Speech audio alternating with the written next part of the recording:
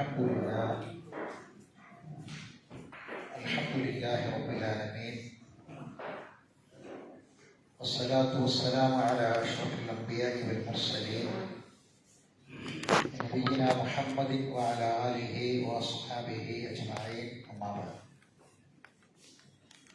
പരിശുദ്ധ ഖുർആനിലെ അവസാനത്തെ അധ്യായമായ സൂറത്ത് നാസിന്റെ പഠനമാണ് നമ്മൾ നടത്തിക്കൊണ്ടിരിക്കുന്നത്. സൂറത്ത് നാസിലെ ഇലാഹിൻ നാസ് എന്ന ആയത്താണ് വിശദീകരിച്ചു കൊണ്ടിരുന്നത്. ഇപ്പൊ കഴിഞ്ഞ ക്ലാസ്സിൽ ചില ആയത്തുകളൊക്കെ പരിശോധിക്കണമെന്ന് പറഞ്ഞിരുന്നു. ഇലാഹിന്നാസ് എന്ന ആയത്തിൽ രണ്ട് പദമാണുള്ളത്. ഒന്ന് ഇലാഹ്, രണ്ട് അന്നാസ്. മുഅവ്വദത്തൈനി എന്ന പേരിൽ അറിയപ്പെടുന്ന രണ്ട് സൂറത്തുകളിൽ രണ്ടാമത്തെ സൂറത്താണ് സൂറത്ത് നാസ്. അള്ളാഹുവിനോട് കാവലിനെ ചോദിക്കാൻ, രക്ഷ ചോദിക്കാൻ അള്ളാഹു തന്നെ ഇറക്കി തന്ന വചനങ്ങളാണ് ഈ സൂറത്ത്. അപ്പൊ സ്വാഭാവികമായും അത് കൃത്യമായി പഠിക്കുക എന്നത് നമ്മുടെയൊക്കെ മേൽ ബാധ്യതയാണ്. ഓരോരുത്തരും അവനവന് തോന്നുന്നതിനെ ഇലാഹാക്കുന്ന ഒരു കാലത്താണ് നമ്മൾ ജീവിക്കുന്നത്. ഇപ്പൊ ഒരു പുതിയ ഇസമുണ്ട്, അവനവനിസം എന്നൊരു ഇസമുണ്ട്. അവനവനിസം എന്താ? അവനവന് തോന്നുന്നതൊക്കെ ഒരു ഇസമാക്കി മാറ്റും, ഒരു പുതിയ ആശയം. ഖുർആനിൽ അല്ലാഹു പറഞ്ഞത് ഇത്തഖദ ഇലാഹഹു ഹവ. ഇത്തഖദ ഇലാഹഹു ഹവ. തന്നിഷ്ടത്തെ ഇലാഹാക്കി സ്വീകരിക്കുക. ഈ തന്നിഷ്ടത്തെ ഇലാഹാക്കി സ്വീകരിക്കുക. നമ്മൾ പഠിക്കുന്നത് സൂറത്ത് നാസിലെ ഇലാഹിന്നാസ് എന്ന ആയത്ത് നമ്മൾ പഠിക്കണം. ഇപ്പൊ പഠിക്കേണ്ടതാണ്. ഖുർആനിൽ ഒന്നിലധികം സ്ഥലത്ത് ആവർത്തിച്ച് പറഞ്ഞ സംഗതിയാണ് തന്നിഷ്ടത്തെ ഇലാഹാക്കുക. ഓരോരുത്തർക്കും തോന്നുന്നതിനെ ഇലാഹാക്കുക, ആരാധിക്കുക പറ്റൂല. സൂറത്ത് നാസതാണ്, ജനങ്ങൾക്ക് വേണ്ടി ഇറക്കിയ സൂറത്താണ് സൂറത്ത് നാസ്. അതിന്റെ പേരെന്നെ നാസതാണ്, സൂറത്തിന്റെ പേരെന്നെ. അപ്പൊ മനുഷ്യരുടെ ഇലാഹ്, എല്ലാ മനുഷ്യരുടെയും ഇലാഹ് ആരാധ്യൻ. മനുഷ്യരുടെ, മുസ്ലിം അമുസ്ലിം അതൊന്നുമല്ല, അല്ലെങ്കിൽ വേറെ ഏതെങ്കിലും ഒരു മതവിഭാഗം, മനുഷ്യന്റെ ഇലാഹ് എന്നതാണ്. അപ്പൊ ആ ഇലാഹ് ആരാവണം, ആരെയാണ് ഇലാഹാക്കേണ്ടത് എന്നത് വളരെ പ്രധാനപ്പെട്ട ഒരു ആശയമാണ്. അത് ഖുർആന്റെ അടിസ്ഥാനത്തിൽ നമ്മൾ പഠിച്ചേ പറ്റുള്ളൂ.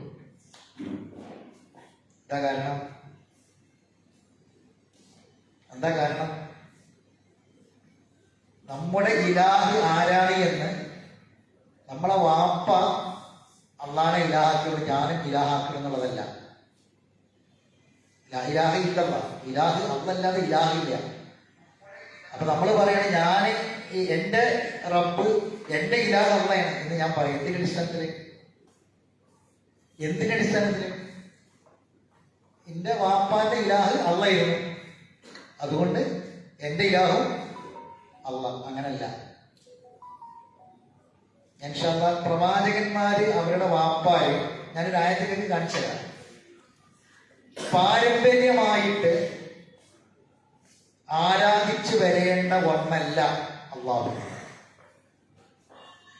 പാരമ്പര്യമായിട്ട് ആരാധിച്ചു വരേണ്ടത് എങ്ങനെയാണെന്ന് അറിയാം? അറിവിന്റെ അടിസ്ഥാനത്തിലാണ്.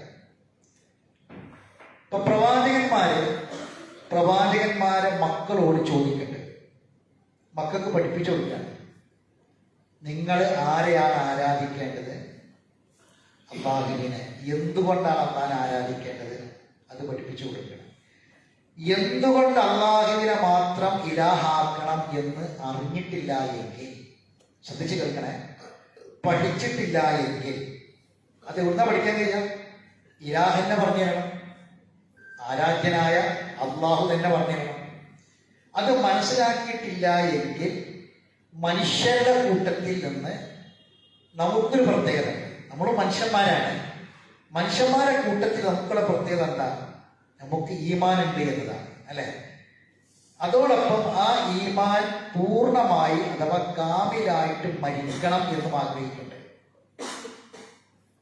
ലാ ഇലാഹ ഇല്ലല്ലാഹ് എന്നത് നാവ് കൊണ്ട് പറഞ്ഞ് മനസ്സിൽ ഉറപ്പിച്ച് ഈമാൻ കിട്ടിയിട്ട് തന്നെ എന്ത് ചെയ്യണം? ജീവിക്കണം, അങ്ങനെ മരിക്കണം. അത് നമ്മൾ ആഗ്രഹിക്കുന്നത്. എങ്കിൽ സൂറത്ത് നാസിലെ ഇലാഹന്നാസ് എന്നതൊരു ചെറിയ ഒരു 2 പദം മാത്രമുള്ള ഒരു ആയത്തായിട്ട് എന്നെ നിസ്സാരാക്കണ്ട, പഠിച്ചേ പറ്റുള്ളൂ. വ്യക്തമായ ധാരണയോടെ തികഞ്ഞ അറിവോടുകൂടി തന്നെ ആയിരിക്കണം ഉല്ലാഹു റബ്ബിന്നാസ് മലിക്കിന്നാസ് നമ്മൾ പറയേണ്ടത്. ഞാൻ കഴിഞ്ഞ ക്ലാസ്സിൽ പറഞ്ഞു, കഴിഞ്ഞ ക്ലാസ്സിലല്ല അതിനൊപ്പത്തെ ക്ലാസ്സിലൊക്കെ പറഞ്ഞതാണ്, ഖുർആനിനെ നമ്മൾ ആകെ വിലയിരുത്തിയ 2 കാര്യങ്ങളാണ് നമുക്ക് പഠിക്കേണ്ടത്. ഒന്ന് അള്ളാനെ മനസ്സിലാക്കുക, 2 ശൈത്താനെ തിരിച്ചത്. ഇത് രണ്ടും പകുതിക്ക് പകുതി വരുന്ന സൂറത്താണിത്. സൂറത്ത് നാസ്. സൂറത്ത് നാസിന്റെ പകുതി അള്ളാനെ മനസ്സിലാക്കി തരലാണ്, ബാക്കി പകുതി എന്താ? ശൈത്താനെ മനസ്സിലാക്കലാണ്. ഖുർആൻ അവസാനിക്കാണ്, ഖുർആന്റെ അവസാനത്തെ സൂറത്താണ്.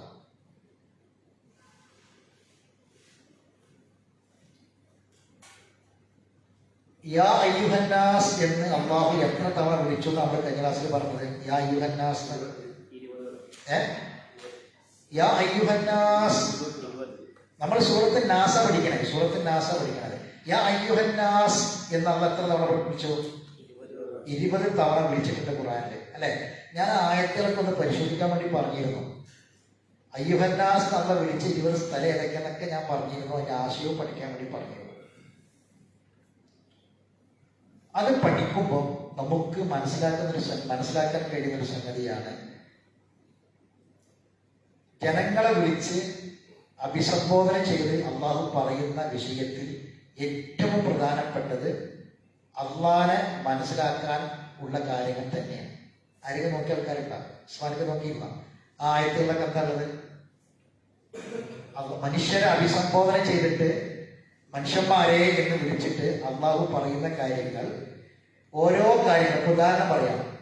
പിന്നെ യാ അയ്യുഹന്നാസ് കുലു മിമ്മാ ഫിൽ അർദി ഹലാലൻ തയ്യിബ, നിങ്ങൾ ഭൂമിയിൽ നിന്ന് അനുവദനീയമായതും നല്ലതും തിന്നണം. എന്നിട്ട് എന്താ പറഞ്ഞാല്? അള്ളാനെ സൂക്ഷിക്കണം, വത്തഖുല്ലാഹ്, അള്ളാനെ ഇബാദത്ത് ചെയ്യണം, അള്ളാനെ മാത്രം ഇബാദത്ത് ചെയ്യണം. ഒരു കാര്യം അള്ളാഹ് മനുഷ്യനെ വിളിച്ചിട്ട് പറയുന്നുവെങ്കിൽ ആ കാര്യത്തിന്റെ കൂടെ ആ മനുഷ്യൻ ഹലാലായത് തിന്നിട്ട്, ശ്രദ്ധിക്കണം, ഹലാലായത് തിന്നിട്ട്, നല്ലത് തിന്നിട്ട്, ഏറ്റവും മോശപ്പെട്ടതും ഹറാമായതും ചെയ്യരുത്. എങ്ങനെ? ഞാൻ ആ ഒരു ആയത്തിന്റെ ആശയം, ബാക്കിയുള്ള 20 സ്ഥലമുണ്ട്, ഒറ്റ സ്ഥലം ഞാൻ പറഞ്ഞത്, കാരണം കൂടുതൽ നമുക്ക് ഇവിടെ പറയാൻ സമയമില്ല. ഒറ്റ സ്ഥലം. ഹലാലായത് തിന്ന, ത്വയ്യിബായത് തിന്ന. ഈ ഹലാലിന്റെ വിപരീതം എന്താ?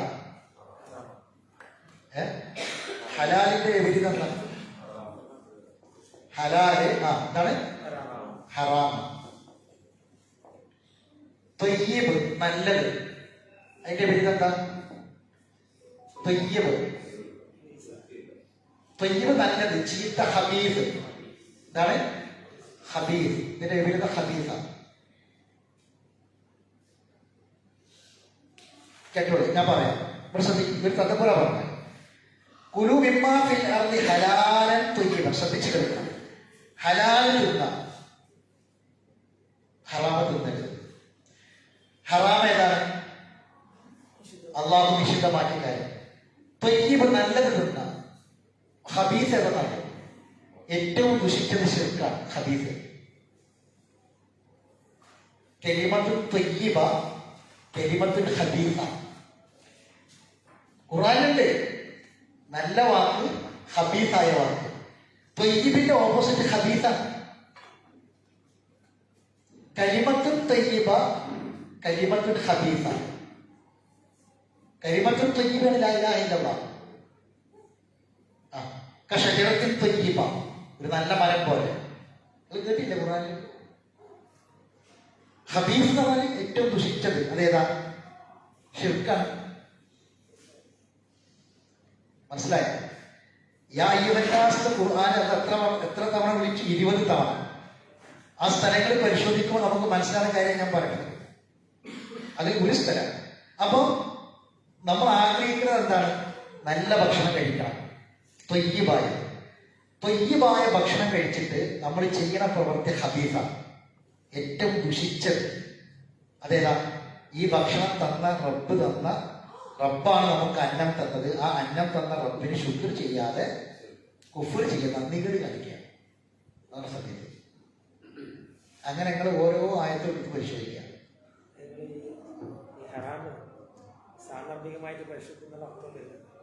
എങ്ങനെ? അത് മസ്ജിദ്, അത് ആ ഹറാമ് വേറെ, ഈ ഹറാമ് വേറെ. അത് പവിത്രമാക്കപ്പെട്ടത്. അത് എന്തുകൊണ്ടാന്ന് വെച്ചാല് അവിടെ ചില കാര്യങ്ങൾ ഹറാമാണ്. ആ ഹറാം നിഷിദ്ധമാക്കുന്നതിലൂടെ പവിത്രമാക്കി. ശരി. ഇനി പരിശുദ്ധ ഖുർആനിൽ നാസ് എത്ര തവണ വന്നു? നാസ് അന്നാസ് എന്ന വാക്ക് 240 തവണ ഖുർആനിൽ വന്ന വാക്കാണ് അന്നാസ്. ആ വാക്കാണ് നമ്മൾ പഠിക്കുന്ന സൂറത്തിന് പേരായിട്ട് അള്ളാഹു കൊടുത്തത്.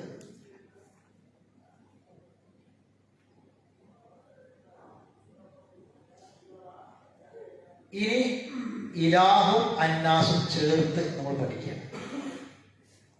ലാ ഇലാഹ ഇല്ലല്ലാഹ് എന്നത് ഖുർആനിലൂടെ നമുക്ക് മനസ്സിലാക്കണം.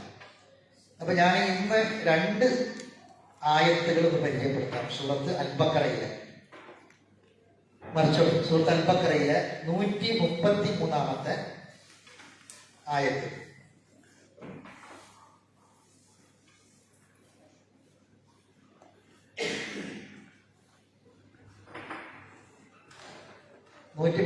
മുതൽ 37 വരെയുള്ള ആയത്ത് അൽ-ബഖറയിൽ.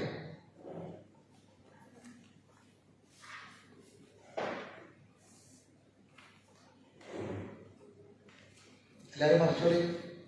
കുട്ടികളൊക്കെ മൊബൈൽ, ഖുർആൻ ചെയ്യാത്ത ആൾക്കാർ മൊബൈൽ എടുത്തോളി. മൊബൈൽ നോക്കിയാൽ മതി, ഖുർആൻ ഉണ്ടാവില്ല മൊബൈൽ.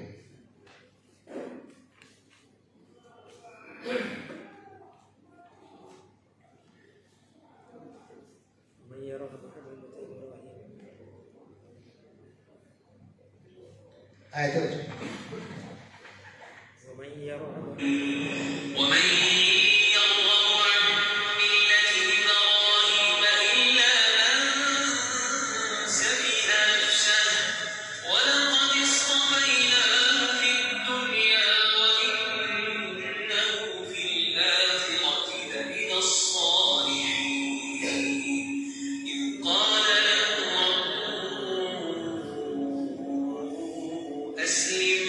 قال أسلمت لرب العالمين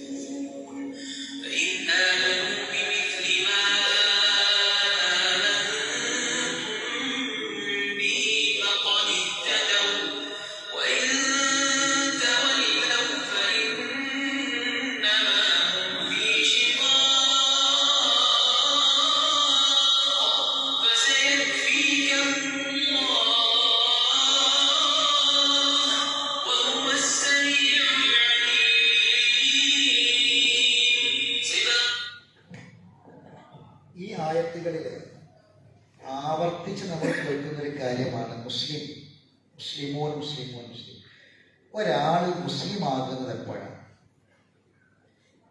ഒരാള് മുസ്ലിം ആകുന്നത് എപ്പോഴാണ്?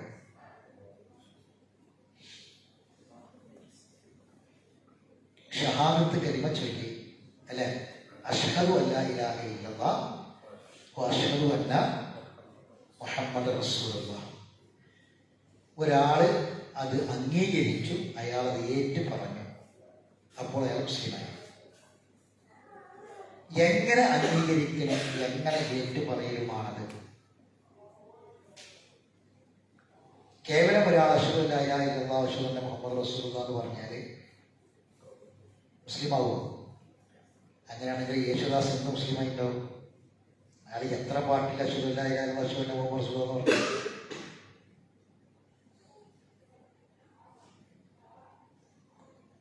പിന്നെന്താണ്? അഷ്ഹദു അല്ലാ ഇലാഹ ഇല്ലല്ലാഹു അഷ്ഹദു അന്ന മുഹമ്മദ് റസൂലുള്ളാഹി പറഞ്ഞാൽ മാത്രമാണ്.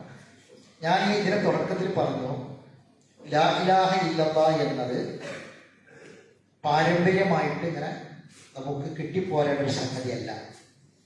മറിച്ച് വാപ്പാര്, ശ്രദ്ധിക്കണേ, വാപ്പാര് മക്കൾക്ക് കൈമാറി, ആ കൈമാറിയത് മക്കൾ അവരെ മക്കൾക്ക് കൈമാറി, അങ്ങനെ ഒരു അറിവിന്റെ അടിസ്ഥാനത്തിൽ, തിരിച്ചറിവിന്റെ അടിസ്ഥാനത്തിൽ കൈമാറി വരേണ്ടതാണ്. മഹാനായ യാക്കൂബ് നബി അലൈഹിസ്സലാത്തു വസ്സലാം അദ്ദേഹത്തിന് മരണം ഹാദറായ സമയം, മരണം ഹാദറായ മരിക്കാൻ പോകുന്നത്, ആ സമയത്ത് ഉണ്ടായ ഒരു കാര്യത്തെക്കുറിച്ചാണ് ഈ ആയത്ത് തുടങ്ങണ നമ്മൾ വായിച്ചായത്. എന്താണ്? യാക്കൂബ് നബിക്ക് മരണം ഹാദറായപ്പോൾ നിങ്ങൾ അവിടെ സാക്ഷികളായിരുന്നോ എന്നാണ് ചോദ്യം. ഇതിന്റെ അർത്ഥം എന്താണ്? ഒരു വാപ്പ മരിക്കുകയാണ്. വാപ്പാന്റെ മരണസമയത്ത് ചുറ്റും മക്കളുണ്ട്. ആ സമയത്ത് മക്കളോട് ഈ വാപ്പ ചോദിക്കുന്ന ചോദ്യം എന്താണ്? വാപ്പ എന്ത് ഉറപ്പ് വരുത്തിയിട്ടാണ് മരിക്കുന്നത് എന്നതാണ് നമ്മളൊക്കെ ഹൃദയത്തിൽ കൊത്തിവെക്കേണ്ട ഒരു ആശയമാണ്. നമ്മള് ലാ ഇലാഹ ഇല്ലല്ലാഹ് ചൊല്ലി മരിക്കാൻ, നമ്മൾ മരിക്കണമെന്ന് മാത്രം ആഗ്രഹിച്ചാൽ പോരാ.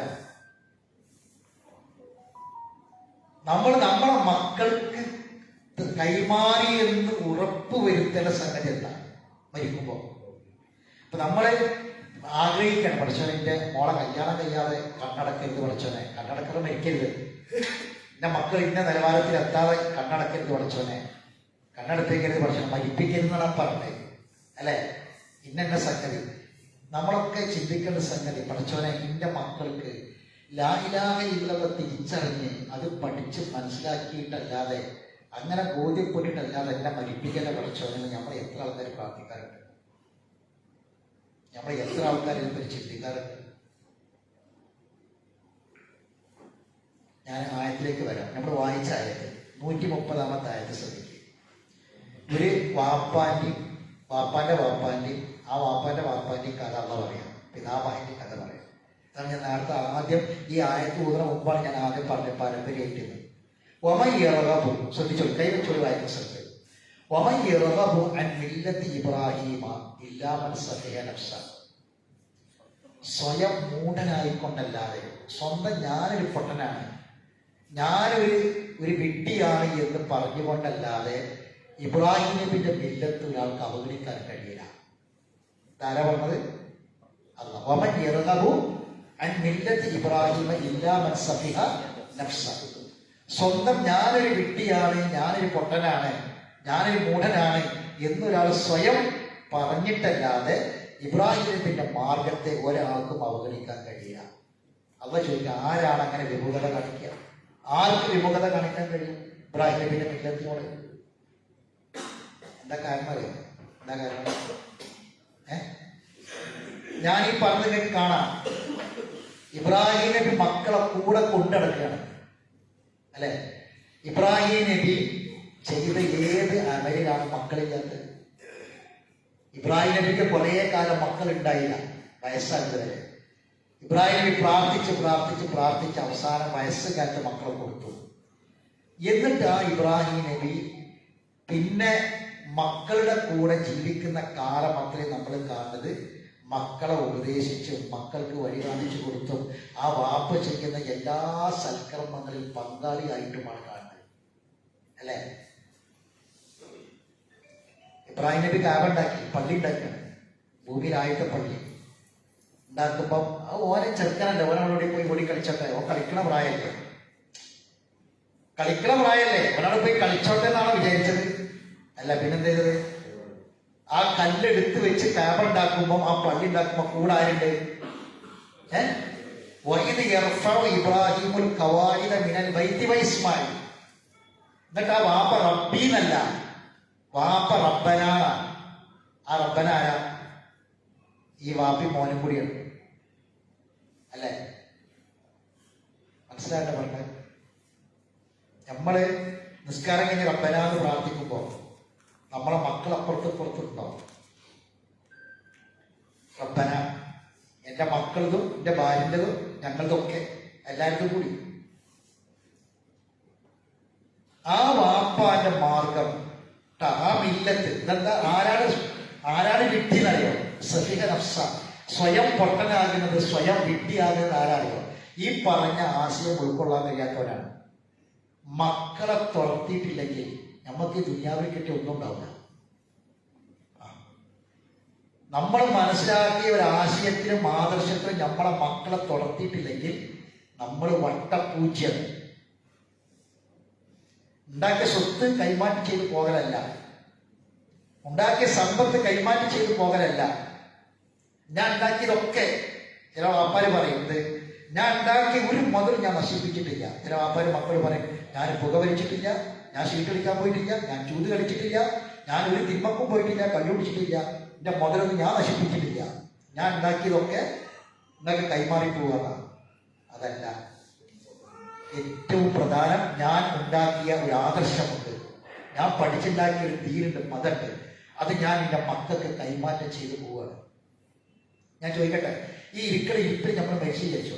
ഞാൻ ഇവിടെ ഇരിക്കണ കുറച്ച് തലമുതിർന്ന ആൾക്കാരുടെ ചോദിക്കണേ, കുറച്ച് ആൾക്കാർ നമ്മളെ കാണുമ്പോൾ ഞാൻ ചോദിക്കട്ടെ, നമ്മൾ മരിച്ചു വിചാരിച്ചു, ഈ ഇരിക്കണ ഇരിപ്പിൽ നമ്മൾ മരിച്ചാല് നമ്മൾ ഇന്ന് ചെയ്യുന്ന ദീനീ സേവനം നമ്മളെ മക്കൾ ചെയ്യുന്ന ഉറപ്പിടത്ര ആൾക്കാരുണ്ട്. നമ്മൾ ഈ ഇരിക്കുന്ന ഇരിപ്പിലും മരിച്ചാല് നമ്മൾ ഈ ദീനിനോട് കാണിക്കുന്ന സ്നേഹം, നമ്മൾ ഈ ഖുർആനിനോട് കാണിക്കുന്ന സ്നേഹം, ഈ ഖുർആനിനോടും ദീനിനോടും നമുക്കുള്ള ആത്മബന്ധം നമ്മൾ മരിച്ചാല് നമുക്ക് വയസ്സ് ചിലപ്പോൾ 55, 60 ഉണ്ടാവും. നമ്മളെ മക്കൾക്ക് ചിലപ്പോൾ 40, 45, 30, 28 ഉണ്ടാവുള്ളൂ. എങ്കിലും ആ മക്കള് ഈ വഴിയിൽ ഉണ്ടാകും എന്ന് ഉറപ്പുള്ള എത്ര വാപ്പാരുണ്ടാവും? ഈ ചോദ്യം എന്താണെന്നറിയോ? ഇതില്ല എങ്കിൽ സ്വയം വിഡ്ഢിയായവനാണെന്നുള്ള പറഞ്ഞത്. സ്വയം വിഡ്ഢിയായവനാണ്. അവൻ ഇറങ്ങില്ല ഇബ്രാഹിമ ഇല്ല മസഫിയ. ബാക്കി വായിക്കും, നിങ്ങൾക്ക് മനസ്സിലാവും എന്താന്നുള്ളത്. എന്റെ ബാക്കി എന്താണ്? അള്ളാഹു അദ്ദേഹത്തെ ദുനിയാവിൽ തെരഞ്ഞെടുത്തതാണ്.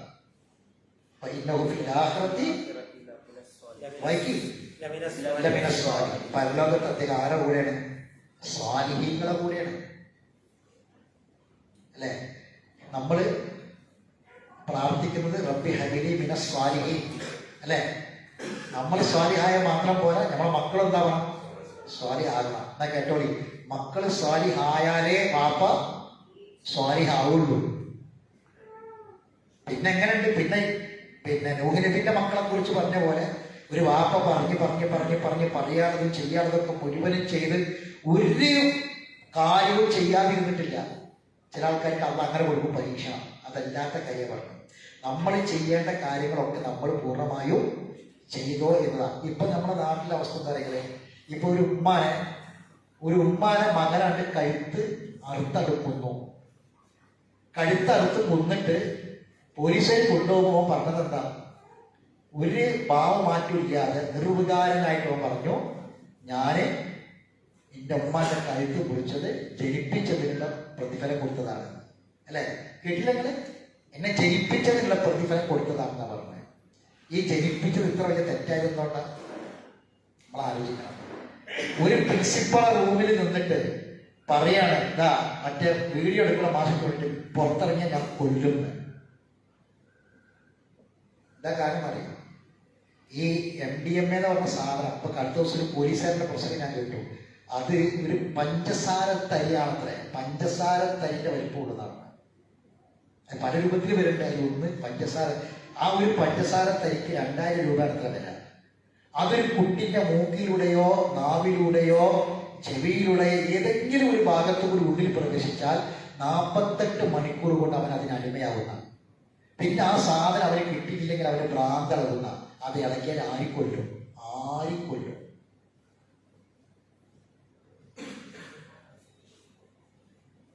അപ്പൊ നമ്മൾ ഈ പിന്നെ പ്രിൻസിപ്പളെ റൂമെന്ന് കൊല്ലുന്ന് പറഞ്ഞ ചെക്കനെ അല്ലെങ്കിൽ ഉമ്മന്റെ തല വെട്ടി എന്ന് പറഞ്ഞ ഈ മകനെ ഇവര് ഇങ്ങനെ ആയതെന്തുകൊണ്ട് അതിന് സമൂഹത്തിനും മാതാപിതാക്കൾക്കും സമൂഹത്തിനൊക്കെ ചില ബാധ്യത ഉണ്ട്.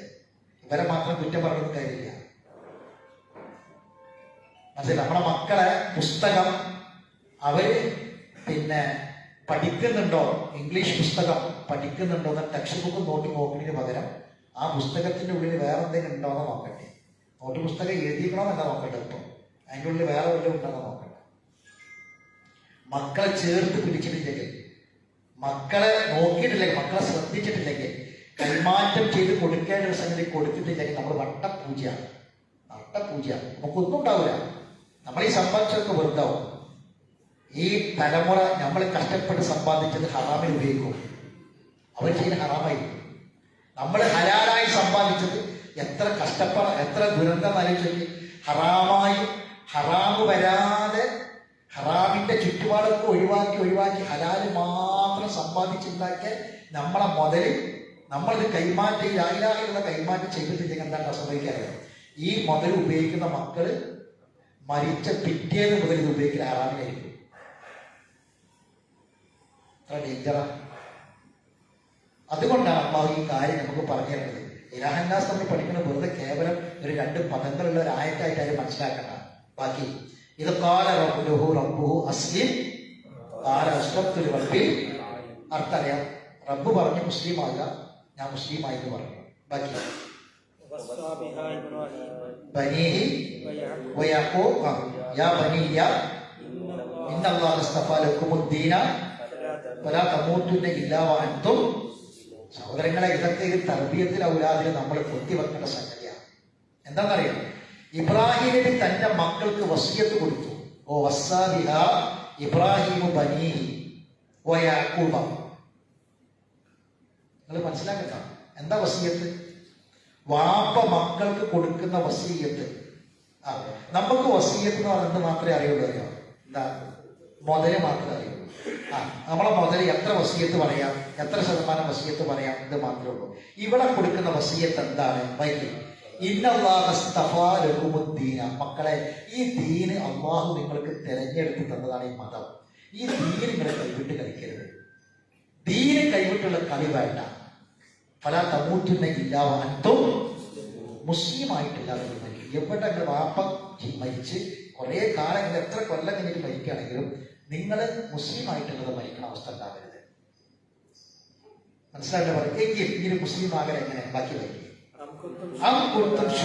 ഇത് ഹദറ യാക്കൂബ് മൗത്ത്. യാക്കൂബ് നബിക്ക് മരണം ഹാദറായ സമയത്ത് നിങ്ങൾ അവിടെ സന്നിഹിതരായിരുന്നു എന്നാ ചോദിക്കുന്നത്. ഇബ്രാഹിം നബി, ശ്രദ്ധിക്കുക, ഇബ്രാഹിം നബി, യാക്കൂബ് നബി. ഇബ്രാഹിം നബിന്റെ മോനാണ് ആര്? യാക്കൂബ് നബി അലൈഹിസ്സലാത്തു വസ്സലാം തന്റെ മക്കൾ അദ്ദേഹം മരിക്കുന്ന സമയത്ത് ആര് വരുന്നു?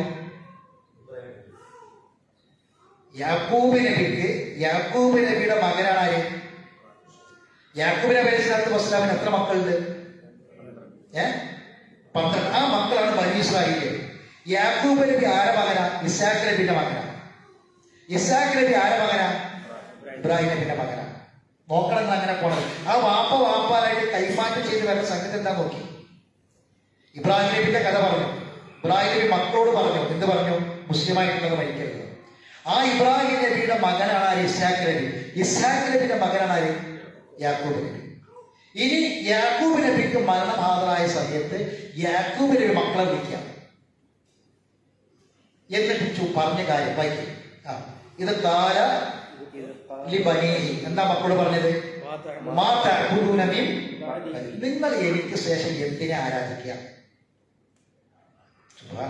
ഒരു വാപ്പ മരിക്കാൻ കിടക്കുമ്പോൾ മക്കളോട് ചോദിക്കുന്ന ചോദ്യം എങ്ങനെ നമുക്കിത് ഉൾക്കൊള്ളാൻ കഴിയും? ഉൾക്കൊള്ളാൻ പറ്റും. മരിക്കാൻ കിടക്കുന്ന വാപ്പ മക്കളെ വിളിച്ച് ചോദിക്കുക, എന്റെ കാലശേഷം ഞാൻ മരിക്കാൻ പോകുന്ന മക്കളെ, ഞാൻ മരിച്ചതിന് ശേഷം നിങ്ങൾ ആരെയാണ് ഇബാദത്ത് ചെയ്യാന്നാ ചോദിക്കുന്നത്? നിങ്ങൾ ആരെ ഇലാഹാക്കി സ്വീകരിക്കുന്ന ചോദിക്കുന്നത്? ഇത് പഠിക്കണം. നമ്മളൊക്കെ പ്രായമായി, നമുക്കൊക്കെ ഒരു സമയം പെട്ടെന്ന് മരിക്കുന്നത് നമുക്കൊന്നും പറയാൻ കഴിയും. വസിയത്ത് പറയാൻ പറ്റാത്ത വിധമുള്ളൊരു മരണം അള്ളാഹു കാത്തുരക്ഷിക്കട്ടെ. വസിയത്ത് പറയാനും എഴുതാനും പറ്റാത്ത വിധമുള്ളൊരു മരണത്തെ കാത്തുരക്ഷിക്കട്ടെ. എന്നാൽ യാക്കൂബ് നബിയെ സംബന്ധിച്ച് പറയാം, യാക്കൂബ് നബിക്ക് വയസ്സായി, യാക്കൂബ് മരിക്കാൻ മരണാസനായി കിടക്കുന്ന സമയത്ത് നിങ്ങൾ ആരുടെ സാക്ഷികൾ ഉണ്ടായിരുന്നില്ല? ആ കാര്യം ആർക്കറിയുള്ളൂ? അള്ളാഹ് ചോദിക്കണം. അതുകൊണ്ടാണ് എന്താ പറഞ്ഞറിയോ, എനിക്ക് ശേഷം നിങ്ങൾ എന്തിനെ ആരാധിക്കുന്ന, ആരെ ആരാധിക്കുന്ന ചോദിക്കുന്നത്. മക്കളെ മറുപടി വായിക്കും, ആയത്ത് വായിക്കും. ഇത് താഴെ ബനിയും ആ തഅബുദുനബി ഖാലു നഅബുദു ഇലാഹക വഇലാഹ ആബായിക ഇബ്രാഹീമ വഇസ്മാഈല വഇസ്ഹാഖ ഇലാഹൻ വാഹിദൻ വനഹ്നു ലഹു മുസ്ലിമൂൻ. ഇപ്പൊ നിങ്ങൾക്ക് മനസ്സിലായി ഇയാൾ മുസ്ലിമാണ് എന്ന്. അപ്പൊ മക്കളോട് ചോദിച്ചുറപ്പ് വരുത്താം. ഇത് മരിക്കാൻ നേരത്ത് മാത്രം ചോദിക്കേണ്ട ഒരു ചോദ്യമല്ല. ജീവിച്ചിരിക്കുന്ന കാലത്ത് വാപ്പ മക്കൾക്ക് പഠിപ്പിച്ചു കൊടുത്ത് കൈമാറ്റം ചെയ്തു വരുന്ന സംഗതിയാണ്.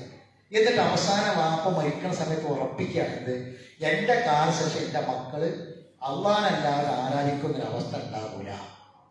അപ്പം ആ മക്കൾ പറഞ്ഞ മറുപടി എന്താ? വാപ്പ ഞങ്ങളെ പഠിപ്പിച്ചു തന്നത് നിങ്ങളാണ്, നിങ്ങൾക്ക് ഇത് പഠിപ്പിച്ചു തന്നത് ആരാണ്? നിങ്ങളുടെ വാപ്പയാണ് അല്ലെ? ആ വാപ്പാക്ക് പഠിപ്പിച്ചു കൊടുത്തത് ആരാണ്? വാപ്പാന്റെ വാപ്പയാണ്. ഒടുക്കത്ത് ഇബ്രാഹിം നബിക്കെത്തും. ഇബ്രാഹിം നബി, ഇസ്ഹാഖ് നബി, യാക്കൂബ് നബി.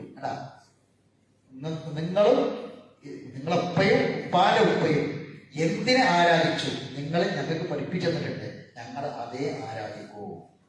ഇലാഹൻ വാഹിദൻ, ഒരൊറ്റ ഇലാഹ്. ആ ഇലാഹിനെ സ്വീകരിക്കുന്നത് കൊണ്ടാണ് വനഹ്നു മുസ്ലിമോ, ഞങ്ങൾ മുസ്ലിമായത്. ഇനി ബാക്കിയുള്ള ആയത്തിൽ നമ്മൾ വായിച്ചു നോക്കാം, നമുക്ക് സമയമില്ല. അതിങ്ങനെ വരുമ്പോ പിന്നെ 136 കാണാം ഇബ്രാഹിം നബി, ഇസ്മായിൽ നബി, ഇസ്ഹാഖ് നബി, യാക്കൂബ് നബി. അസ്ബാത്ത് എന്നാൽ സന്താനങ്ങളാക്കാം. സന്താനങ്ങൾ അസ്ബാത്ത് സന്താനങ്ങൾ. അതിനുശേഷം മൂസാ നബി, ഈസാ നബി തുടങ്ങിയിട്ടുള്ള പ്രവാചകന്മാരൊക്കെ ഇതൊന്നും വ്യത്യാസമില്ല. ഞാൻ മുഫരിഖു ബൈന അഹദിൻ മിൻഹും വനഹ്നു ലഹു മുസ്ലിമൂൻ, ഞങ്ങളൊക്കെ മുസ്ലിങ്ങളായിരുന്നു. എന്നിട്ട് എന്താ പറയാ? ഫഇൻ ആമനൂ ബിമിസ്ലി മാ, നിങ്ങൾ ഇവരൊക്കെ വിശ്വസിച്ച പോലെ നിങ്ങളും വിശ്വസിക്കുകയാണെങ്കിൽ ഫഖദ് ഇഹ്തദൗ, നിങ്ങൾ സന്മാർഗം സ്വീകരിക്കും. അതാണ് ഈ ആയത്തിന്റെ ആശയം. അപ്പോൾ ഇലാഹൻ നാസ് എന്നത് ഒരു ചെറിയൊരു ആശയമല്ല, ഒരു വലിയ ആശയമാണ്. അത് എന്ത് ചെയ്യണം? പഠിക്കണം, മനസ്സിലാക്കണം, തലമുറകളിലൂടെ കൈമാറ്റം ചെയ്തു വരണം. എനിക്ക് എൻ്റെ മക്കൾക്ക് കൊടുക്കാനുള്ള ഏറ്റവും വലിയ സമ്പാദ്യം ലാ ഇലാഹ ഇല്ലല്ലാഹ് എന്ന ആശയമാണ്. അതിനെ തെറ്റാൻ പറ്റില്ല. അത് തെറ്റാൻ നരകം നിർബന്ധമാണ്, സ്വർഗം ഹറാമാണ്, മുഴുവൻ അമലും ബാത്തിലാണ്. അതിന് തെറ്റ മുഴുവൻ അമലും ബാത്തിലാണ്. അതുകൊണ്ടാണ് ഒരു വാപ്പ മരിക്കുന്ന സമയത്ത് അത് ഉറപ്പ് വരുത്തണമെന്ന് പറഞ്ഞത്. ശരി, ഇത്രയും പറഞ്ഞത് സൂറത്തുൽ നാസ് 2 ഭാഗം. 1 അള്ളാഹിനെ മനസ്സിലാക്കുക, 2 ശൈത്താനെ തിരിച്ചറിയുക. അള്ളാഹുവിനെ മനസ്സിലാക്കേണ്ട വിധം മനസ്സിലാക്കണം. അതിനു വേണ്ടിയിട്ടാണ് നമ്മൾ ഈ ഇലാഹൻ നാസ് ഈ രൂപത്തിൽ വിശദീകരിക്കുന്നത്. ഇതുമായി ബന്ധപ്പെട്ട ബാക്കി കാര്യങ്ങളൊക്കെ ഇൻഷാ അല്ലാഹ് അടുത്ത ക്ലാസ്സിൽ നമുക്ക് പഠിക്കാം. അള്ളാഹു സുബ്ഹാനഹു വ തആല നമുക്ക് ഈമാനും യഖീനും ഖുശൂഉം നൽകി നമ്മെ അനുഗ്രഹിക്കുമാറാവട്ടെ. മരണസമയത്ത് ലാ ഇലാഹ ഇല്ലല്ലാഹ് എന്ന കലിമ ചൊല്ലി മരിക്കാൻ അള്ളാഹു നമ്മെ എല്ലാവരും സഹായിക്കുമാറാവട്ടെ. അള്ളാഹു സുബ്ഹാനഹു വ തആല ഈമാനോടുകൂടി തഖ്വയോടുകൂടി ജീവിച്ചു മരിക്കാൻ നമ്മെ അനുഗ്രഹിക്കുമാറാവട്ടെ. അള്ളാഹു തആല നമ്മുടെ എല്ലാ നല്ല ഉദ്ദേശങ്ങളും നിറവേറ്റിത്തരുമാറാവട്ടെ. രോഗങ്ങളും ശാരീരിക പ്രയാസങ്ങളും ബുദ്ധിമുട്ടുകളും ഒക്കെ ഉള്ളവരുണ്ട്. അള്ളാഹു സുബ്ഹാനഹു വ തആല രോഗശമനവും ആഫിയത്തും ആരോഗ്യവും പ്രദാനം ചെയ്യുമാറാവട്ടെ. അപകടങ്ങളിൽ നിന്ന്, അപകട മരണങ്ങളിൽ നിന്ന്, പെട്ടെന്നുള്ള മരണങ്ങളിൽ നിന്ന് അള്ളാഹു നമ്മളെല്ലാവരും കാത്തിരക്ഷിക്കുമാറാവട്ടെ. നമ്മുടെ മക്കൾ അള്ളാഹു സ്വാലിഹായ മക്കളാക്കി തരട്ടെ. അള്ളാഹു നമുക്ക് കൺകുളിമയാക്കി മാറ്റി തരുമാറാവട്ടെ. അള്ളാഹു നമ്മുടെ ജോലിയിലും നമ്മുടെ പഠനത്തിലും എല്ലാം അള്ളാഹു എളുപ്പവും അതുപോലെ തന്നെ നിഅമത്തും ബർക്കത്തും അള്ളാഹു പ്രദാനം ചെയ്യുമാറാവട്ടെ. ربنا تقبل منا انك انت السميع العليم وتب علينا انك انت التواب الرحيم واخر دعوانا الحمد لله رب العالمين.